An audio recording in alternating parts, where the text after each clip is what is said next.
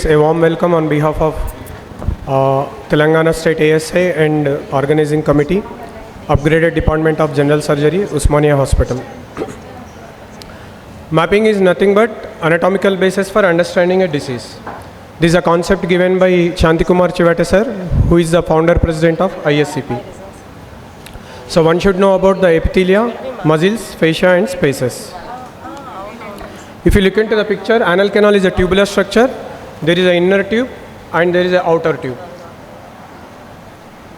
The inner tube is a visceral compartment, consists of the mucosa, submucosa, internal anal sphincter and longitudinal muscle. It is, you can call this as a lazy S-shaped structure. The outer tube is a skeletal muscle formed by external anal sphincter and levator ani muscle.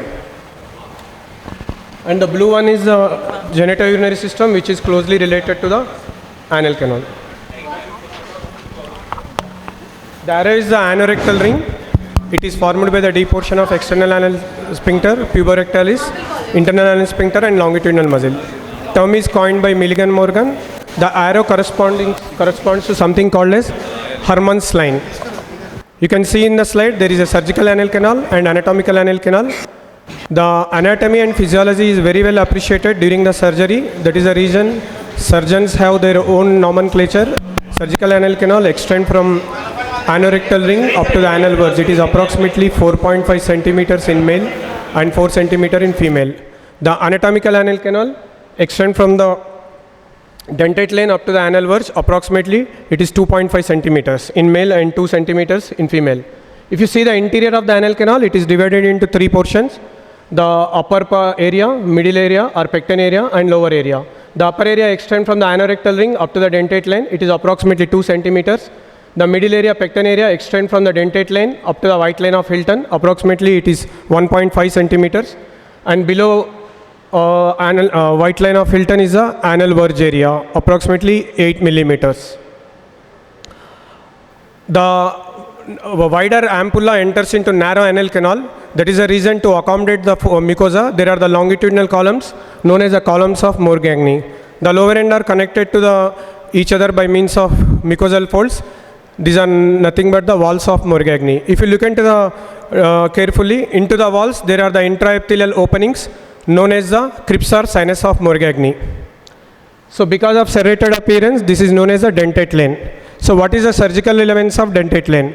Always look for your internal opening at the dentate lane because infection starts at the crypt. And second thing is, whenever you are doing the fistula surgery, try to stay below the dentate lane because dentate lane will correspond to the junction of superficial portion and deep portion of the external anal sphincter.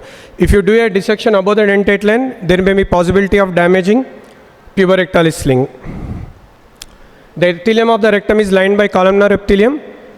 The arrow corresponds to transition zone where the columnar epithelium transforms to cuboidal epithelium. And below the dentate lane, it is a modified skin anodome. It is a squamous epithelium devoid of skin appendages.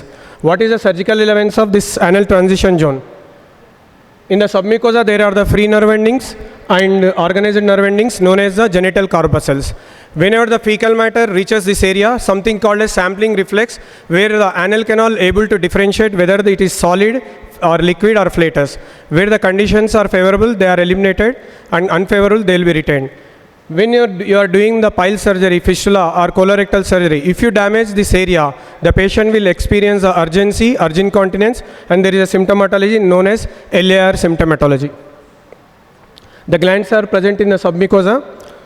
A little bit about the embryology.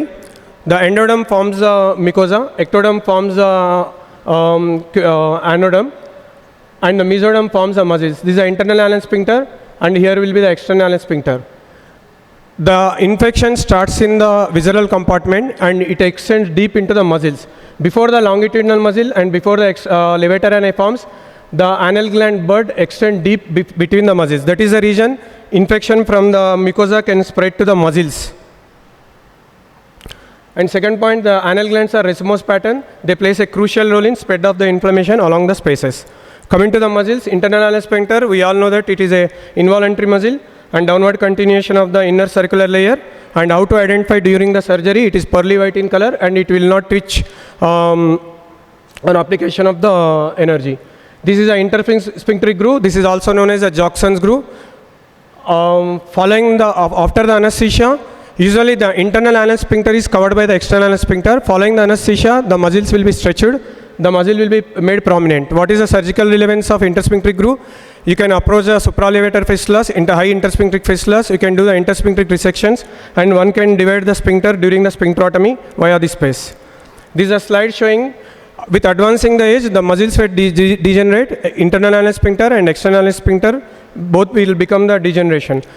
Whenever you are dividing the muscle after certain age, because of the degeneration, patient may invariably get the incontinence. That is the reason you have to repair both internal anal sphincter and external anal sphincter.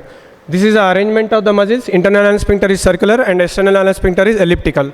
Because of this arrangement, and anal opening is anterior posterior slit. Whenever doing the clinical examination, always your speculum should be introduced in longitudinally in anterior posterior direction. After the introduction only, you can turn into transversely. Otherwise, mucosa skin may go into damage. The one in the black is a longitudinal muscle. It is a very important muscle. It acts as a skeleton. It supports the anorectum whenever the anal canal passes from the pelvis into the perineal. And its contraction causes a wide opening of the outlet. This is also known as the aorta ani muscle. It gives some various anterior, posterior, lateral and medial extension.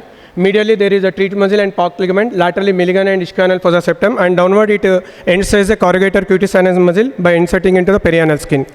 This is a treat muscle which supports the cushions, and via the treat muscle the infection will spread to the submucosa. That is the reason you will have the second internal opening above the dentate line inside the rectum. These are the lateral extension, transversalis fascia, also known as the Milligan septum, which separates the perianal space from the ischianal fossa. We have to open this space for draining the ischianal abscess. Ischianal fossa fascia, this is again the extension from the longitudinal muscle. It divides the ischiorectal fossa into ischianal fossa and infralevator space. The surgical relevance of the infralevator space, whenever the infection is found here, it will invariably lead to the deep perineal space. So ask for your radiologist to look for deep perineal space infection. This is the Parks ligament which separates the submucosal space above from the perianal space or subcutaneous space below. The longitudinal muscle, in the distal end it is thickened to form the intermuscular septum, separates the perianal space from the intersphincteric space. This is a three-level concept given by Arun Rojana School, sir. Level 1 corresponds to the subcutaneous portion and level 2 corresponds to the superficial portion. Posteriorly it forms the anacoaxial ligament. And if you see this picture, these are anteriorly related to cavernous muscles and perineal muscles. The infection from here spreads via the muscles between the spaces to your deep superficial perineal space. For all the practical purpose, deep portion of the external sphincter and puborectalis are a part of levator ani muscle. There is a triangular space between the levator and rectum and anacoaxial ligament. This is a deep postanal space.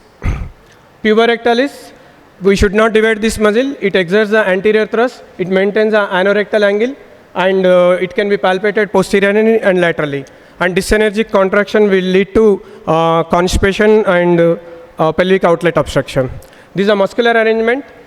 In general, anteriorly, external sphincter half the length as posteriorly, and females this length is further shorter, and in females perineal body is away from the external sphincter. That is the reason you observe the wide gap. That is the reason whenever you, all the sphincter, fistulas anterior or complex fistulas, whenever you do the surgery, whenever you should not divide, if you divide also, you should repair them. And this gap is interpreted by your radiologist as a tear in the muscle. This is a figure of 8 or gamma loop appearance of the external sphincter. For all the practical purpose, the perineal muscles and cavernous muscles are a part of external sphincter. Following the episiotomy, we should repair them. Otherwise, patient will have the delayed incontinence. This is a cadaveric specimen showing the same. This is again embryology. The muscles, in between the muscles, there is a gap between the subcutaneous and superficial, and between the superficial and deep portion. And the fascia also, there is a corresponding gap. The gap is filled with the loose areolar tissue, and this gap is penetrated by neurovascular bundles. They create the potential weak area through which the infection from the intersphincteric space will spread to the pararectal spaces. The rule of thumb is up to 30% of the division of the external anal sphincter can go without the repair. Posteriorly, we can cut the 50% of the external sphincter in male, and laterally also, anteriorly 30%, and in a female posteriorly one can cut 30% and anteriorly never cut, and never cut the puborectalis. If you ask me, rule of thumb is how much amount of the sphincter remains after cutting. That is, from the anorectal ring, you should always retain the 2 centimeters of the external sphincter. Whenever it comes to internal anal sphincter, you can divide up to the dentate line, and Parks has divided up to the anorectal ring. This is known as the Parks procedure. Coming to spaces, there are the 3 potential spaces. The one between the internal anal sphincter and longitudinal muscle is the inner intersphincteric space. The infection from here spreads to the intrarectal space between the longitudinal and circular muscles. They will open into the rectum. One more potential space between the longitudinal muscle and external anal sphincter. This is a middle intersphincteric space. This is the below the dentate line is a lower intersphincteric space. Above the dentate line is a high intersphincteric space. Infection from here spread above to the supralevator space and below to the perianal space. There is one more space between the external anal sphincter and its fascia. This is the outer sphincteric space. Infection from here spread to the Gerg space. These are refill fistulas. This is an MRI picture showing the infection in the various spaces. This is a supralevator space bounded by levator ani and rectum and peritoneum. The infection to here can spread from the intersphincteric space and the ischioanal fossa and from the deep postanal space. There is one more space. If you look into the picture, this is the posterior D space. Cannot be made out on the MRI. It is just present above the dentate line, bound anteriorly by the internal sphincter, posteriorly by the puba rectalis. Whenever you are dealing the fistulas, you should eliminate the infection from this space. This is a ischiorectal fossa. This is the second commonest site for the infection. The surgical relevance is whenever you are dealing the abscess, aggressive breaking of the loculi is contraindicated, and infection from here spreads via the obturator fascia through the suprategmental space to the supralevator space. This is a deep postanal space bounded by the rectum and levator ani and external sphincter. Whenever you are dealing the horseshoe fistulas and posterior fistulas, you should rule out the infection from here. This is how the infection spread from the postanal space superficial, deep to the retrorectal space and to the retroperitoneum. This is one more space of surgical relevance, deep anterior anal space.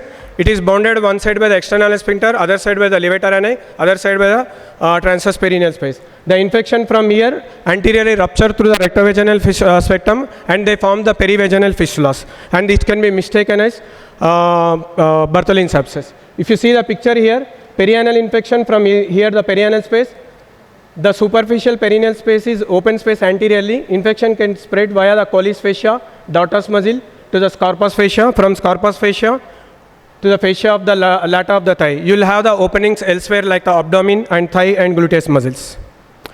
Before concluding, one should know the ABC, anorectal ring formed by the puba rectalis, and anorectal ring angle, it is usually 80 to 110 degrees. It is essential for the continence. And bundle muscles, both external and internal anal sphincter are essential for the continence. And anal cushions, are essential for maintaining the continence. Something called as content sampling, I already said, and capacitance and compliance are the functions of the rectum we should be preserved. Thank you very much.